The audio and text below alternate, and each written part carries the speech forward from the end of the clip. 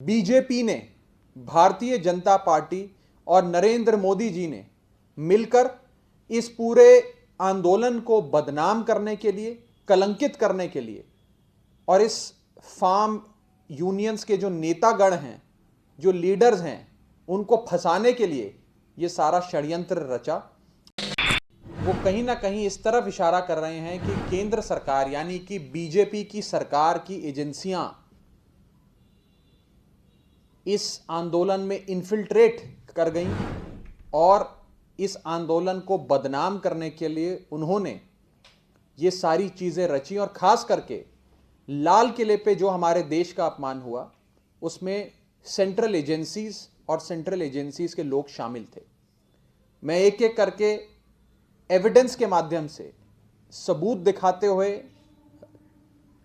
तस्वीरें दिखाते हुए आप सबके सामने सारी चीज़ें रखूंगा और ये प्रूव हम लोग कर देंगे कि कैसे बीजेपी ने, भारतीय जनता पार्टी और नरेंद्र मोदी जी ने मिलकर इस पूरे आंदोलन को बदनाम करने के लिए, कलंकित करने के लिए और इस फार्म यूनियंस के जो नेतागण हैं, जो लीडर्स हैं, उनको फंसाने के लिए ये सारा षड्यंत्र रचा।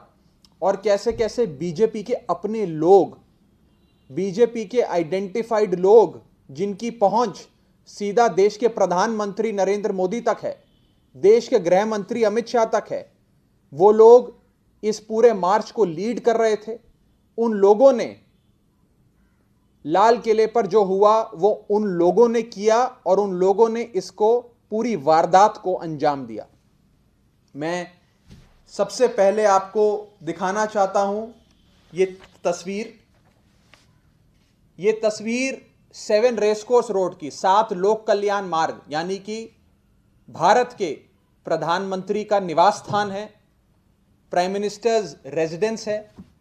और इसमें एक तरफ प्रधानमंत्री जी के, इस तरफ सनी देओल जो भारतीय जनता पार्टी के सांसद है, मेंबर ऑफ पार्लियामेंट है, वो खड़े हैं। और प्रधानमंत्री जी की उस ओर वो शख्स खड़ा है जिस शख्स ने कल उस वारदात को अंजाम दिया। वो शख्स खड़ा है जिसने इस पूरे आंदोलन में इन्फिल्ट्रेट कर कर इस आंदोलन को बदनाम करने के लिए ये सारी साजिश रची। जो शख्स खुद लाल किले पर मौजूद था और जिसकी अगुवाई में जो लाल किले पे घटा, जो तस्वीरें, जो वीडियोस हम सब ने देखे, वो इस व्यक्ति की अगुवाई में हुआ है। इस व्यक्ति का नाम है दीप सिद्धू। ये प्रधानमंत्री जी के साथ खड़ा है और प्रधानमंत्री जी का कोई बहुत बड़ा प्रशंसक क्यों ना हो, मोदी जी का अंधभक्त क्यों ना हो, वो भी 7 रेसकोर्स रोड, 7 लोक कल्याण मार्ग यानी कि देश के प्रधानमंत्री के निवास स्थान के भीतर नहीं जा सकता, अंदर नहीं जा सकता। हाई सिक्योरिटी एरिया है और बिना उनकी अनुमति के कोई ऐसा वैसा व्यक्ति नहीं जा सकता।